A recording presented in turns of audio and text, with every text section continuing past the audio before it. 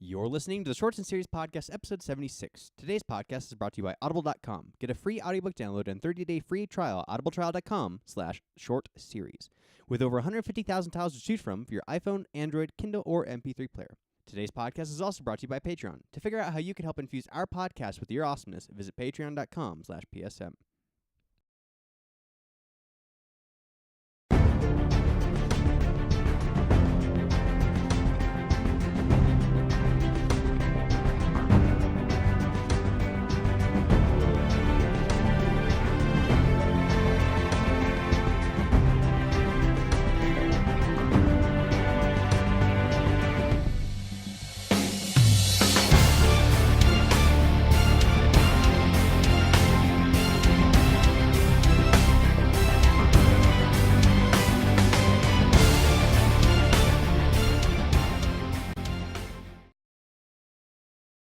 Hello and welcome back to the Shorts and Series Podcast, the podcast where we endeavor to prove that online media is a force to be reckoned with. I'm Devin. I'm Nick. And we're back, Nick, with more Fallout. Nuka Break, Season 2. It's so good. The plot thickens. Indeed it does. I have a feeling this is going to be my new favorite season of this.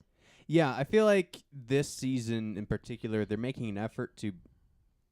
I almost feel like Season 1, even though it was a full season, was almost like an entire pilot season. So instead of like television shows where they do a pilot episode and then they present that to the network and the network's like, oh yeah, that was good. Let's do a full season of that. I feel like Season 1 was almost like, here's proof of concept that we could do a show based on the Fallout universe with these characters. Right. And then Season 2 is like, okay, now here's all the story.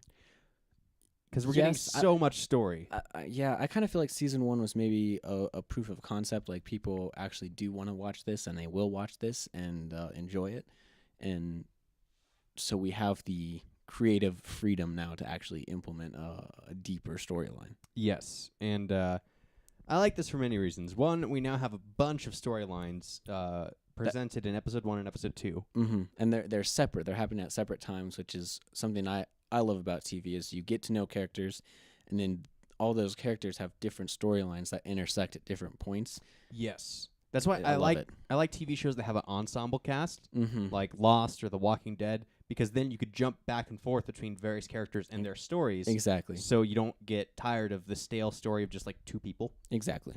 So that's nice. And also, it gives more depth to the Fallout universe, because that's something I've always liked about role-playing games, specifically Bethesda games, is this is a whole universe where there's like a crap ton of stories outside of just the main story of the game itself that are opened. Like, there's so many stories in this universe that we don't know about because it's just happening, outside of the quests that we're doing. Yeah. Outside of the game zone. Yes. Maybe not in the Mojave, although this one is. Yes. So I like it. But that being said, shall we move on to our thoughts on the plot? Yes, let's do it. A lot to talk about. Yes, we open with Scarlet. Yes, with Leon. Yes, I believe we last episode ended with her.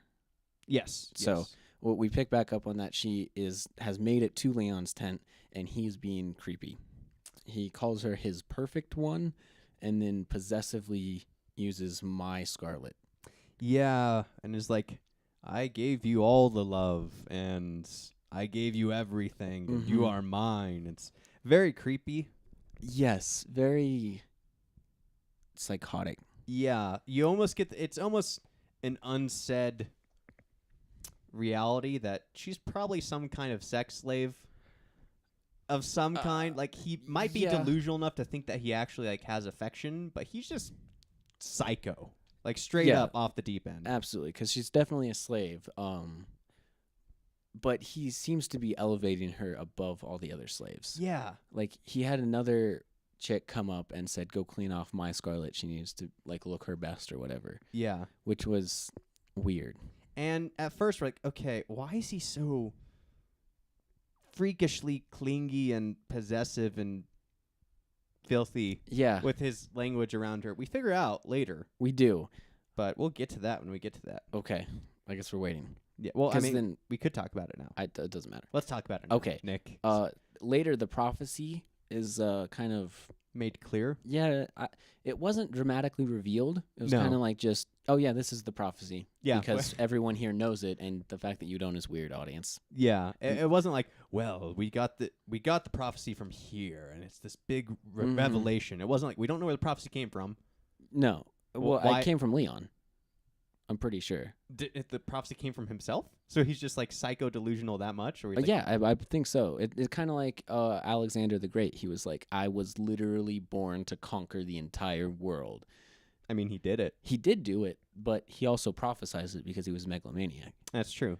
And I feel like Leon is a similar personality. Yeah, but apparently the prophecy is that his son will rule the West, Yes. and he thinks Scarlet is going to be the mother of his son. Right. She very clearly does not want to be. No. So that anywhere might- near Leon. That might be a problem. Yeah. He still doesn't seem to think it is, though, which is part of the creepy thing. True. Is like, yeah, he's definitely very creepy. And his son is supposed to rule the world, which is kind of weird to me because it seems like he would want to himself. Yeah. But I mean, maybe he's at least sane enough to realize I'm up against a lot in the Wastelands. Like there's a lot of opposition in the Wastelands. I'm not going to be alive forever, and right. it might be best for me just to exert my effort preparing the world to be taken over by my son, since I can't do it myself. Maybe. I think more it's an excuse for him to be even more cruel and merciless than he might otherwise be. Ooh. Like, I'm preparing the world for my son's great kingdom, so therefore every means to the glorious end type thing. Like, Yes. I can be as evil as I need to be to make this happen, and that's perfectly all right. Because of prophecy. Right. Yeah. Right. I'm not saying that it's not illogical or absolutely delusional and insane, Right. but that, to me, is his thought process. That makes sense. And it's kind of frightening. Yes. Then we also we jump from that scene Right. to the Ranger and Ben. Yes, and the Ranger has kind of tied Ben up and is carrying him over shoulder because Ben is being such a problem. Yes. And is continuing with the questioning of Ben's story. Like, he's trying to promote Ben to think about his own life and hold on to what he cares about so he's not going feral. Yes. And Ben is still being persistent. I like his storyline because I feel like This it's is true. giving us the most exposition And they're therefore going, the I most answers. presume, to the supply So, stash that he mentioned I'm enjoying earlier. the fact that he gets to essentially Because they teach the arrive at a audience truck, all the and I think he's using the storyline engine of the compartment whole of the thing. truck as storage. Yeah. That's very eloquent. I guess I lost it. Teach the audience the storyline Yeah, of the whole thing. Yeah. All the thing. Like if I was on the see, wasteland, I was gonna say I wouldn't be like, exposition I wonder again. if there's anything but in then here. that I'd just be like, oh, and then rusted out truck, moving don't worry on. about it. Ladies and gentlemen, Nick Smith with an Um, impeccable presentation. Yes. So the Pip Boy, Or to salvage parts he to almost use for lost another it. vehicle. but the nurse hit it, which is good. But I think it must be very advanced technology because it has the whole like limb system for recognizing your Right. body's vital signs, and it's not even like physically surgically attached at all. Right. Yeah. So you're wondering how can it detect vital signs without being Yes. surgically attached to your person? Right. Yes. Okay. That makes sense, but also remember it's a science fiction It- video yep. game. Yes, I know. So But I just thought Right, it. I 'cause we just- all yeah, want I noticed that. Backup on the Ranger. So. Yeah. But given certain You were revelations gonna in say this something. episode, I believe that we haven't gotten the backstory for a reason. Yes, I do because the guys, Because the if guards our outside. theories are right, Exactly. his backstory would tie in Let's- with Ben's backstory. Let's get to that at the end. Yes. Um. That's a little teaser. Yeah. And so looking through this journal, he's somewhat distracted. Again, I assumed he was like remembering his own past or something. Right. But then he takes the journal and puts it on his person, which seems kind of strange because it would be like, why wouldn't he be keeping these kinds of things in all his different stashes around the wasteland or whatever? And then it looks like a rad scorpion's about to get them. Yes. And I was excited because rad scorpions are cool. Yes. And I wanted to see one. But it was actually a crazy guy with a rad scorpion stinger for a hand. Yes, and a 1920s handlebar boxing, bare That- knuckle boxing mustache. Probably the best part. Yes. So maybe he was a bare knuckle boxer, and the fact that the Ranger cut off his hand inhibited his profession. So that's why he's coming after him. Okay. Okay. I think it's more like this bandit or whatever was trying to steal or attack the ranger at some point. The ranger was like, "Nope, slice." Yeah. So And the he's ranger cut off his hand at some point. So he put a scorpion tail in his hand, like any sane man would do. Oh yeah, absolutely. And then did he just wait near this cache? Like he knew the ranger would come back to this area, I'm assuming and so. just waited nearby for Also, who knows how long. how did he attach the stinger to his stub? Did he just like duct tape it on there, or Well, it looked like he had the stinger and then like the next tail section of the scorpion that he, I guess, hollowed out and then put over himself. and then just tied on there? Yeah, like an exoskeleton. Like he emptied all the scorpion muscle out of that and then just plopped it over his stump and tied it. Gotcha. Pretty- I mean, you do what you gotta do, I guess. Yeah, I guess. But did the scorpion just die? I'm presuming so, because it didn't seem like handless he'd be able to best a rat scorpion. That's a scene I'd like to see. Is a guy with one hand fighting a rat scorpion? Yes. Maybe Yeah. the stump dealt the fatal blow. Oh, that seems like it would really hurt to hit something with your stump. Yes, it would. All right. Anyway, in the ensuing fight, everybody's kind of thrown around, and the ranger ends up getting the help of Ben and then stabbing the guy. But he is stabbed in return because he kind of pushes Ben out of the way. Yes. And of course, poison, venom, not very good to have in your body, turns out. Yep. In case you were wondering. It's true. And so he falls down, is paralyzed, and Yes. Ben's trying to, like, make sure he's okay. Mm-hmm. Not because, like, I don't think it's not because he actually wants to make sure he's okay, but because he finds the journal, flips through it. Well, I think he was trying to make sure the ranger was going to live and be But- all right. He might have left him knowing that he would come out of it. Right.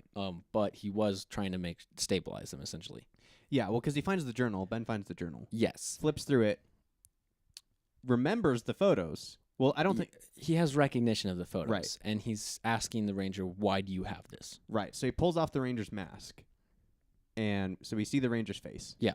Which I liked because he has been faceless up to now. Yes. And he's wanting to make sure he's okay. One, because, he does want to make sure he's okay. But two, because he wants answers why this ranger, this nameless ranger, has a journal that has familiar photos in it of Ben. Yes. But first, before the ranger wakes back up, we cut to Twig. Yes. And I like his storyline because I feel like it's giving us the most exposition and therefore the most answers. Okay. So I'm enjoying the fact that he gets to essentially teach the audience all the storyline of the whole thing. Okay. That's very eloquent, by the way. Yeah, I guess I lost it. Teach the audience the storyline of the whole thing. Of the whole thing. Yeah. All the thing. The whole of it. I was going to say exposition again, but then that wasn't. And then, yeah, don't worry about it. Ladies and gentlemen, Nick Smith with impeccable presentation. Yes. Anyway. So the Pip Boy, he almost lost it. Yes. But the nurse hit it, which is good. Yes. But I think it must be very advanced technology because it has the whole like limb system for recognizing your body's vital signs, right. and it's not even like physically surgically attached at all. Right. Yeah. So you're wondering how can it detect vital signs without being surgically attached to your person? Right. Okay. That makes sense, but also remember it's a science fiction video game. Yes, I know. So but I just there's thought that. I noticed that. So yeah. Yep. Oh, go ahead. You were gonna say something though. I was gonna say you have a note in here that says marked quarry ? Yes, I do because the guards outside are walking around and they see a dead body. Yes. And then a mark on the wall. Looks kind of like a scorpion, but it's kind of hard. I couldn't quite make out what it was supposed to be. It looked like a scorpion to me. Yeah. Okay. So, kind of like a scorpion mark. Maybe this guy with the scorpion hand is part of some other like gang of some kind. Cult Cult of the scorpion. Yeah. They have all attached various rad scorpion parts to their bodies. Yes, and they're led by the Rock, who is half scorpion, half Are you man. Like a scorpion king? Yeah, almost. Whoa. Yeah. That'd be cool. Oh, Imagine- Hold on. Okay. Didn't we make this joke in the first one? Did we? Our review of the first season? I don't remember. I feel like I made that joke before. And then you made that joke. Really? Yeah, I feel like that has happened. That was so long ago, I can't remember. But needless to say, it'd be cool if we could see Dwayne The Rock Johnson. If they could afford Dwayne The Rock Johnson No, I don't think so. to appear in Fallout Nuka Break. That would be weird. Anyway, the guys say we need to tell the boss that the quarry has been marked, or the factory, the locker. Right. And that seems bad. Yeah. That seems like news of impending attack. Yeah, so we have a new, I guess, as of right now, faceless enemy. Yes. We have a new enemy faction of the Scorpion. Yes. And it seems dangerous and out to get the people in the locker. Yes. At least now that they've been marked. And that's not good. Yes. And then back with Twig, he gets another shot. And Yes. it seems to be a stim pack, Yes. I would assume. And his bullet wound is healing very rapidly. Yeah, and the nurse makes comment of that. Yes, I took this to mean in the video game, if you're hurt, you can just, in the middle of battle, inject yourself with like 6 or 7 different syringes, and now you're fine. Right. So clearly his Vault Dweller physique must interact with the stim pack in an aggressive healing manner. Okay. So, I took it to mean potentially it's just his really high luck factor allows him to heal super fast. okay. So it could be has a lot of points invested in luck. That, or it could just be kind of like semi mocking the fact in the video games you can just like wait and heal pretty dang fast. So yeah, either way, it's basically saying in the video game, Vault Dwellers can heal ridiculously fast. So, yes, boom. There you go. And then the nurse is like flirty with him. Yeah, That was kind of weird. a little bit. She doesn't know him at all. No. And is utterly enamored with him. I'm wondering if that's because later the guy says that this place is full of like old people. And so he's like one of the only And young guys there. Yeah, except all the guards are young, I think. Yeah. So I don't know. It seems weird that the nurse is so flirty with him. And he's oblivious. Absolutely, which is fun to watch. Yeah. Yeah. Especially that moment they have in the dialogue where she's going to show him to Ron. Yeah. Well, so he's in here then. Yeah. Oh, yeah, he is. There's the awkward pause as she's waiting for him to acknowledge her flirting, and he doesn't. Yeah. He's like, yeah, about the leader dude. I want to go see him. Yeah. So that was fun. And totally fitting with Twig's character. Mm-hmm. Yeah, I enjoyed the simpleness of his character. Yes. He's very simple. Yes. Which the rest of the cast is not. So I like the juxtaposition or the foilness of that. Right. Foilness. And then we cut to... that's really bad, Nick. I know. That was a really bad joke. Yeah. Was that even... No, that wasn't a joke. That was just I was being disappointed with myself for using that word in that context. Really? Yeah. I mean, he is a foil character, and I like that. But foilness is not. It's not a word. No. No. And I used it. Once again, Nick, your English skills are not up to par. You can't speak, it turns out.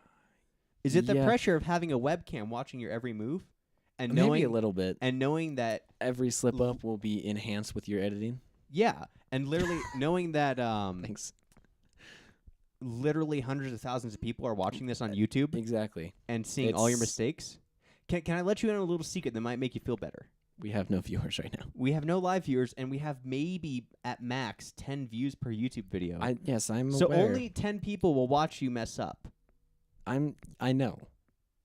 These things I know. Okay. I have had a long weekend. All right. Okay. Maybe talking about Nuka Break could relieve your stress. Not stress, just lack of sleep. Okay, I can't do that. No, I can't. It'll make that worse because it'll be keeping you up longer talking about Nuka Break. Exactly. Regardless, we cut to Twig talking with Ron, Yes. and we get We learned the prophecy. Yeah, we learned the prophecy. We also learned that the locker, they don't have the technology to get it up and running, but if they did, they would have a lot of advanced weaponry, is what it sounded like. Yeah, it was still kind of vague on what exactly the locker is. We do Mhm. know it's some kind of factory or production facility, but we still don't know for what. We know that there's Exactly. important resources there that in the Yes. wrong hands could prove deadly, and so the locker people are there to make sure slavers and bandits and Leon can't get a hold of it. Exactly. So they're more defending it than actively using it.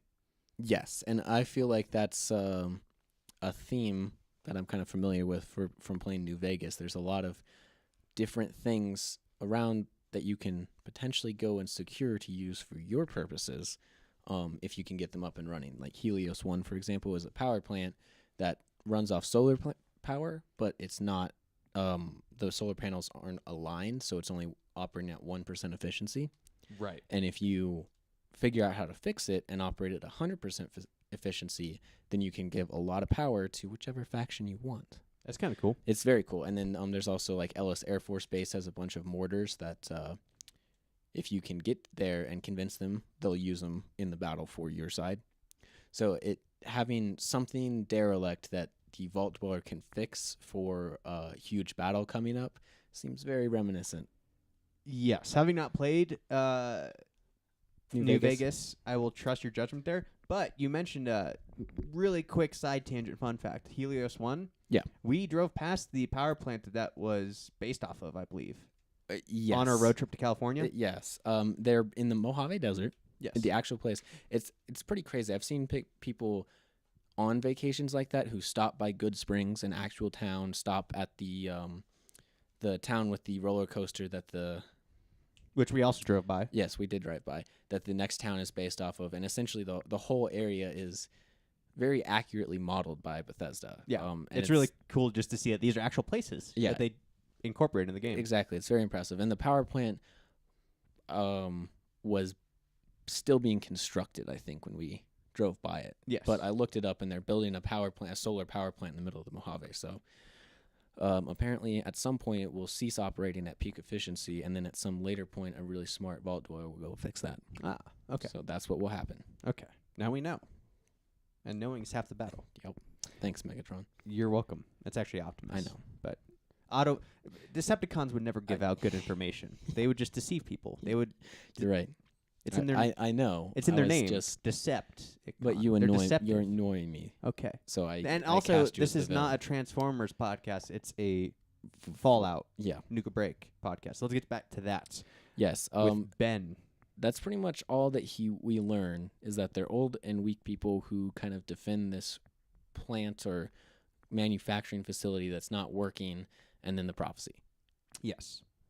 Then we come back to Ben and the Ranger in the desert. The Ranger wakes up Yes.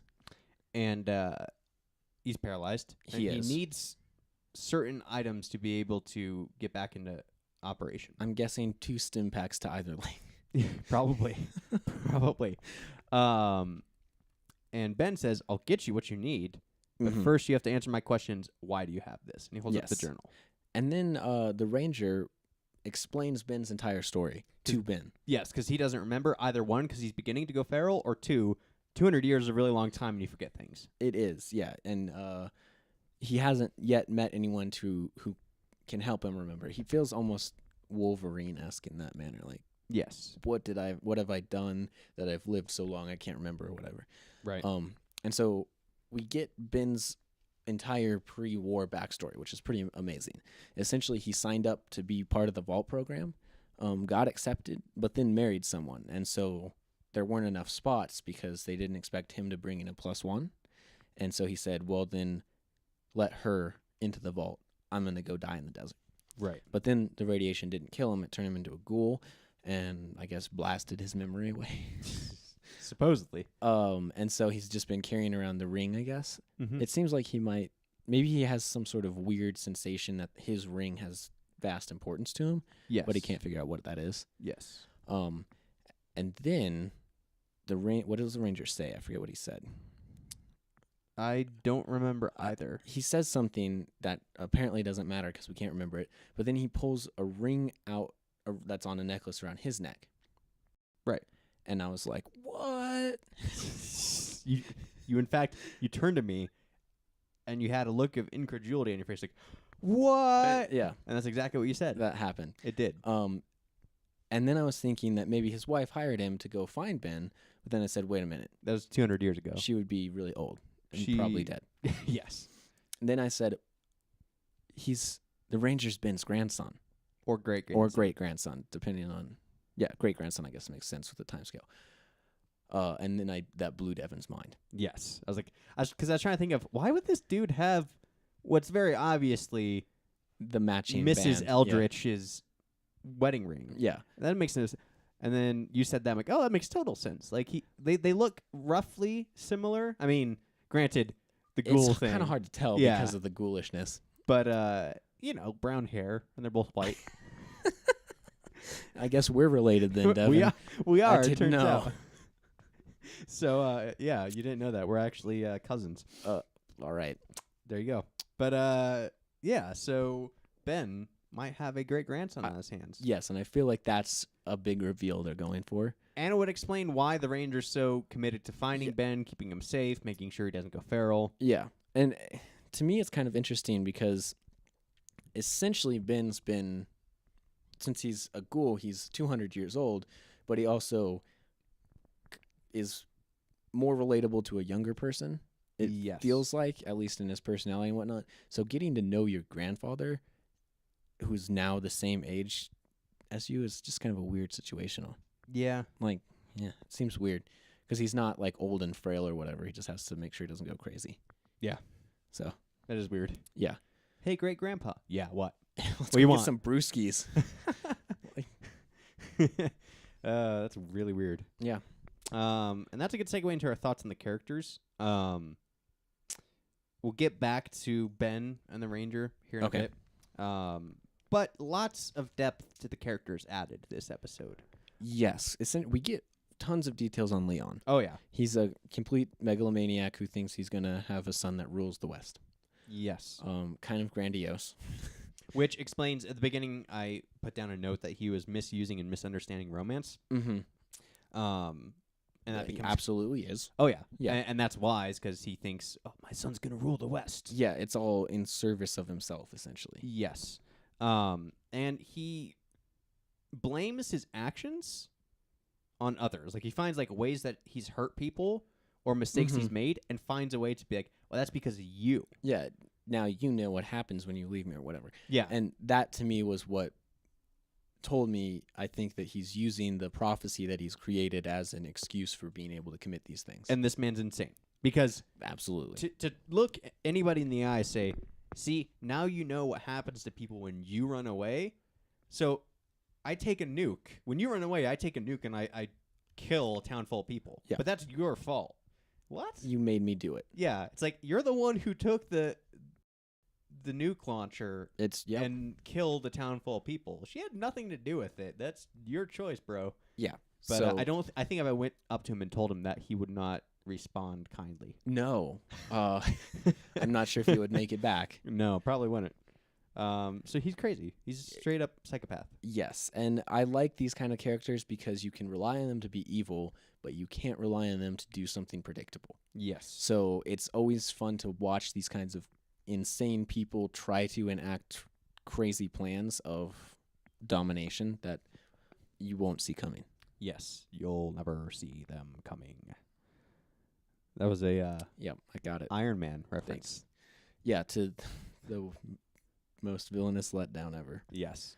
Then we have Ben's backstory a little bit with how he met Twig. Not very much. It's a very small glimpse into the backstory, but the Ranger Yes. is asking Ben, again, trying to keep him motivated and focusing on things that are important. Tell me about your friends. How'd you meet them? Yeah. And Ben says, well, I met Twig at a super duper mart, stuffing his face. That was about it. So we know that Ben and Twig met each other. They didn't always know each other. Yeah. They met each other early on, and then presumably at some point later down the road, rescued Scarlet. So Ben and Twig knew each other before they knew Scarlet, which I think is really the biggest fact we learned. Yeah, I mean, we already knew that to an extent because we got the backstory of how they rescued Scarlet in season 1. Yeah. We do know that they I forget if they found her, stumbled across and rescued her, or I forget what happened, but I do know they went into the slaver camp and they rescued her the first time around. But we now know that Ben and Twig weren't always united. Yeah. they met Well, up. presumably not, because Ben's been wandering the wasteland for 150 years. That's true. And Twig had to pop out of a vault at some point. At some point, yeah. The question is, I feel like, that's one of the first things you do in the Fallout game, especially Fallout 3. One of the first quests you get is like, go to the Super Duper Mart and get food for Moira Brown, right? Yeah. So I mean, if you talk to her. that's true. She's one of the more annoying NPCs in the game. Yes, but it is a very quick quest to Right. start. And I feel like for most people, that'd be one of the first things you do is like, oh, Yeah. look, I Super Duper Mart. every game that I start, I always remember going over the hill and seeing past the sign in the back of the supermart, and then all the bandits that are inside that are fairly easy to Yes. slaughter and take all their supplies. So I'm assuming, this is a heavy amount of inference, that it was relatively soon after Twig left the vault that he came across Ben. Yeah, I would assume so too. Because his Twig's survival skills are low, while Ben's is high. Yes. So without Ben, I'm not sure how far Twig would have made it without getting into all kinds of trouble. This is true. And while we're talking about Twig, there's another bit of Twig's backstory that we learned when he's talking with the nurse. Mm-hmm. And again, we knew this Yeah. based off predictions, but now we got it solidified in the actual story that, hey, this actually happened. He did come from a vault that was some kind of experiment with food, because he said all they had in their vault was Nuka-Cola. Yeah. I don't know if that means that like literally all they had in their vault was Nuka-Cola. Well, probably just to drink. Yeah. They probably had other foods. You never know. I Straight up liquid diet. Well, it would need more nutrition than that. It's a fictional universe based off a video game.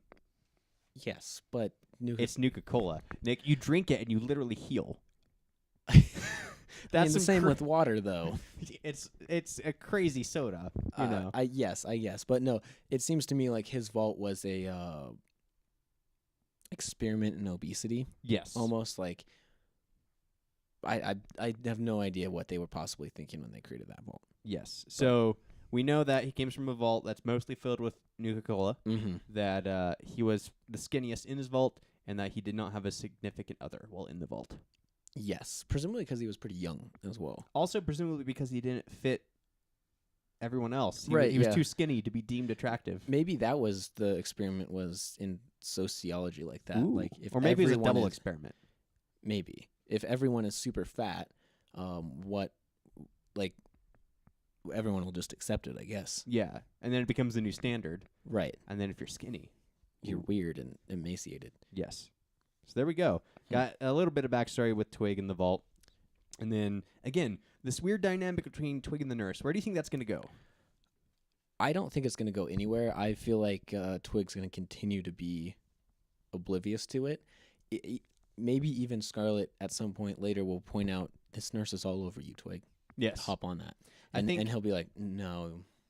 Yes. I think it's either, I think he is going to be super oblivious and it's going to take something dramatic to make him realize it. Like her getting Mhm. hurt. Or, yeah, like Maybe. him having to save her or something like that. Like she gets wounded. He's like, oh no. But I do think in the Mm. long run, something will happen between them. Maybe. I don't know. But he is too oblivious in the moment. Somebody either need to point it out or something dramatic will have to happen so that he realizes. Yeah. And speaking of the locker people, we learn a lot about Ron, the leader of them, Yes. and his philosophies. Yes. You put in the notes that he's anti-tech. I don't think that was the closest word I could think of. I don't believe he's anti-tech. He just realizes the potential for technology to do devastating things, and so he's okay Yeah. with them not getting it up and running because, hey, if we don't have the locker up and running, it can't be used to make anything. And Right. Anything as that- long as it's not working, it's not a source of aggravation or power. of potential destruction. Yeah. Because even if we make things for ourselves, if those things get in the wrong hands, they could still be used for destruction. So Yeah. And who says that Ron can trust everyone in his group, you know? exactly. And he said, I think he said something along the lines of, technology complicates things. Yes. So It gets in the way of a simple life. yes, So apparently he just wants a simple life. which who could blame him Yeah. in the wasteland? Yeah. And he did seem older. Like maybe if he had more youthful energy, he would be different, but spry and jumping around. yeah, I would imagine years in the wasteland just surviving would probably not like make you want a simple life. Yes. We also learned that he's a staunch no slavery proponent. Yes. Oh, another reason to add to your list of why you like him. Yes. Because he seems definitely like the good guy. He's a fatherly figure. He looks like an NPC from Fallout. Yep. Talks like one too. When Twig comes into the room, the first 2 lines of dialogue that Ben says felt like the start of a conversation in Fallout. Yeah. Which is good. Yeah, I mean it fits the atmosphere. So yeah, I like Ron. We'll see what happens. I get that. Maybe it's because I've been watching too much Walking Dead, and like all the good like not elderly, but older leader men die. It seems like in that show. Doesn't Maybe everybody die? but I feel like he. I don't know. I feel like Ron might die before the end of this season. You might be correct. It might though be something in season 3 that maybe they're planning. That's true. I definitely feel like before he dies, Twig is going to become really attached to him as a father figure. Yes, and so it's going to be devastating. I agree with that. But yeah, so I like him. I like Locker as a whole. You mentioned a little bit ago that Ron can't necessarily trust everyone in his group. Mm-hmm. I think that might turn out to be something. I wouldn't be surprised if whatever the Scorpion organization is, if they have 1 or 2 people planted within Locker. Okay. Either that or the younger people who don't share his sentiments about living a simple life peacefully might switch sides. Or not even switch sides so much as try to take control of the reins of Locker. Right. And then in doing so, do something kind of rash and stupid that screws over everyone there. Yeah, so not necessarily like an inside plant from the Scorpion gang, but a defector, essentially, who tries to sabotage and then defect, you know? Yeah. Like, I'll take control of this, and then I'm going to join up with the Scorpion clan, and they'll have to see my power, and they'll, or whatever. That, or even just like some guy who intends well and is trying to protect people, but just doesn't do it right. Just and is rash. Screws up. Yeah. I mean, that could happen as well. Yeah, absolutely could. It is the post-apocalyptic world. Anything could happen. That's all right. I mean, who would have thought that a man would have tied a scorpion stinger to his hand and come at somebody? Like if you were, right. I didn't see that one. If coming. you're walking in the mall, you just window shopping in the mall, and out of nowhere, this like bare knuckle boxer from the 1920s with a scorpion stinger on his hand starts charging you, you'd be a little confused. I would be. I would also wonder where he found a scorpion that size. That would be frightening. And why no one else in the mall seeming to recognize. Yeah, how he got so far into the mall without someone noticing. Yeah. Wow. And that, I think, is going to wrap it up on our thoughts on the characters. Yeah, I think so.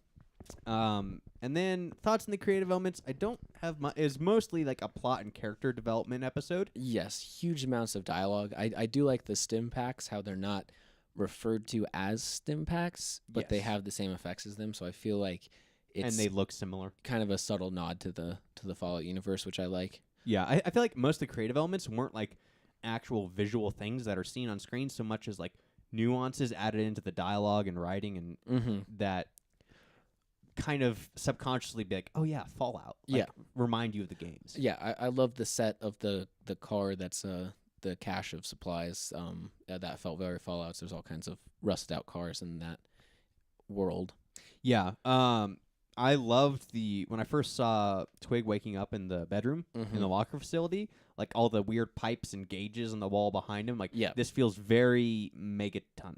It does. Yeah, it feels definitely like it belongs in the Fallout universe, and I love the set design. The whole locker facility as a whole. I mean, particularly that bedroom, but as they're like walking on that like elevated walkway to go to Ron's office, like the whole thing, I'm like, this looks very Fallout. Like, I think there's a difference between finding just an abandoned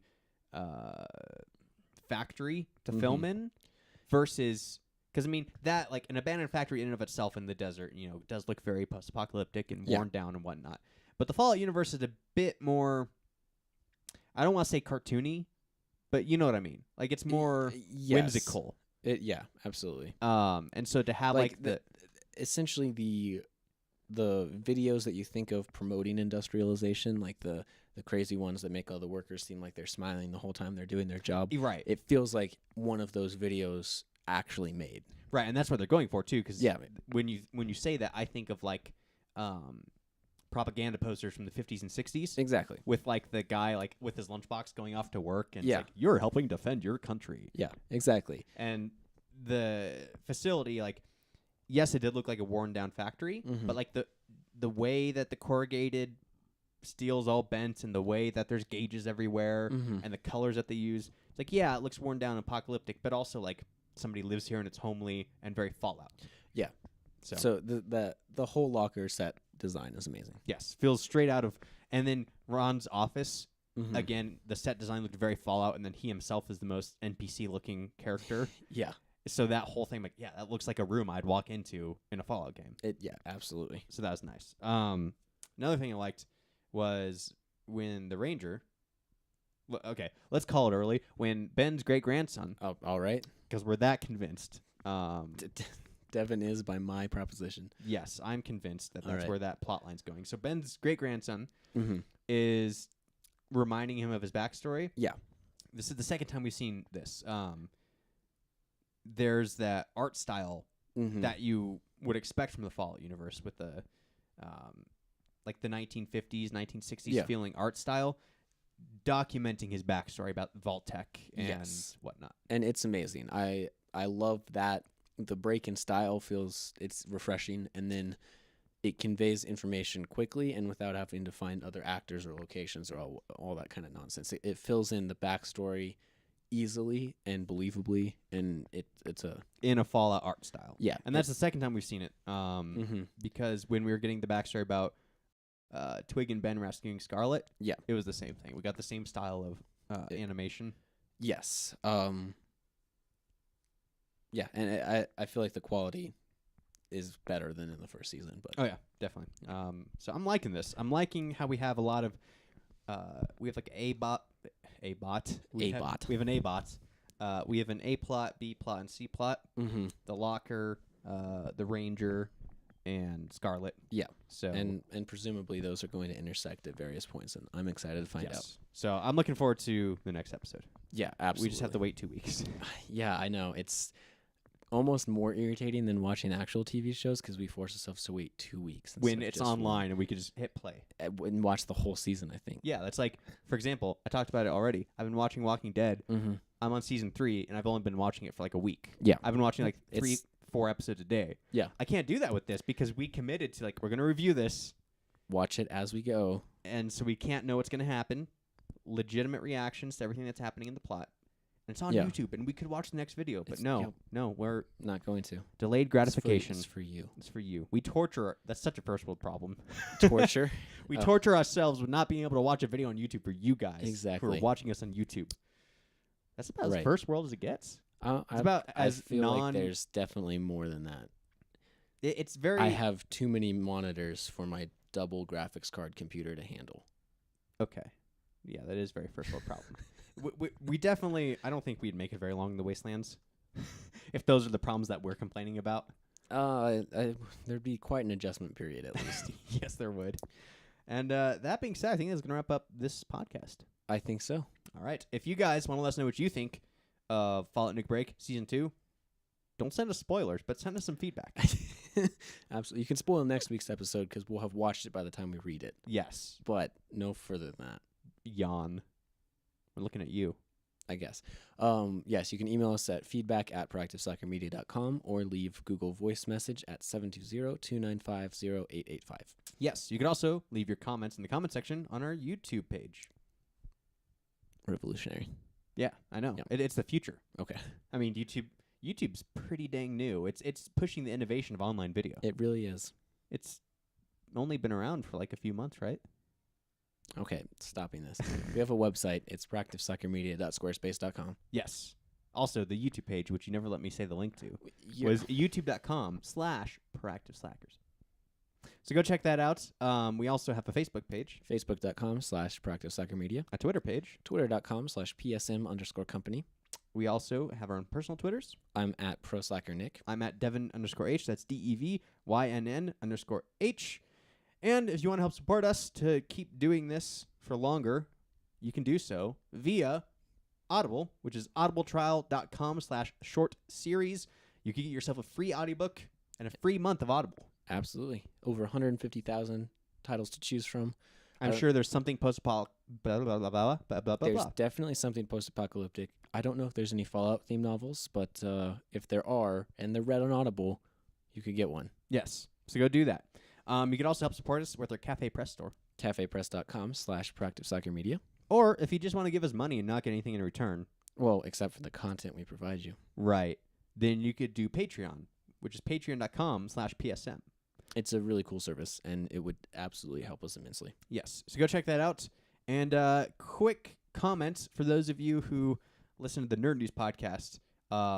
If you listen to the audio version of the Nerd News podcast, you may realize in the podcast we said, oh, we have a video podcast this week. Well, the video got corrupted and didn't work, so that's why there wasn't a video version. Next time, however, that will hopefully change.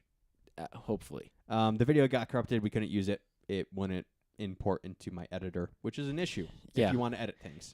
It definitely helps. So go listen to the audio version. We'll have the video version for you next time. With that being said, you can join us back next week, Sunday evenings or nights for the live stream and Monday for the edited version. Yep. And then we also do a talk show. Yes, on Thursday night's live stream, Friday for the edited. And it's a good time. Yes. Good time had by both of us. Yes, and sometimes our other podcaster, Dan. One time. Well, it might become more a regular thing. It might. All right, so thank you guys for watching, and we'll see you next time. Goodbye.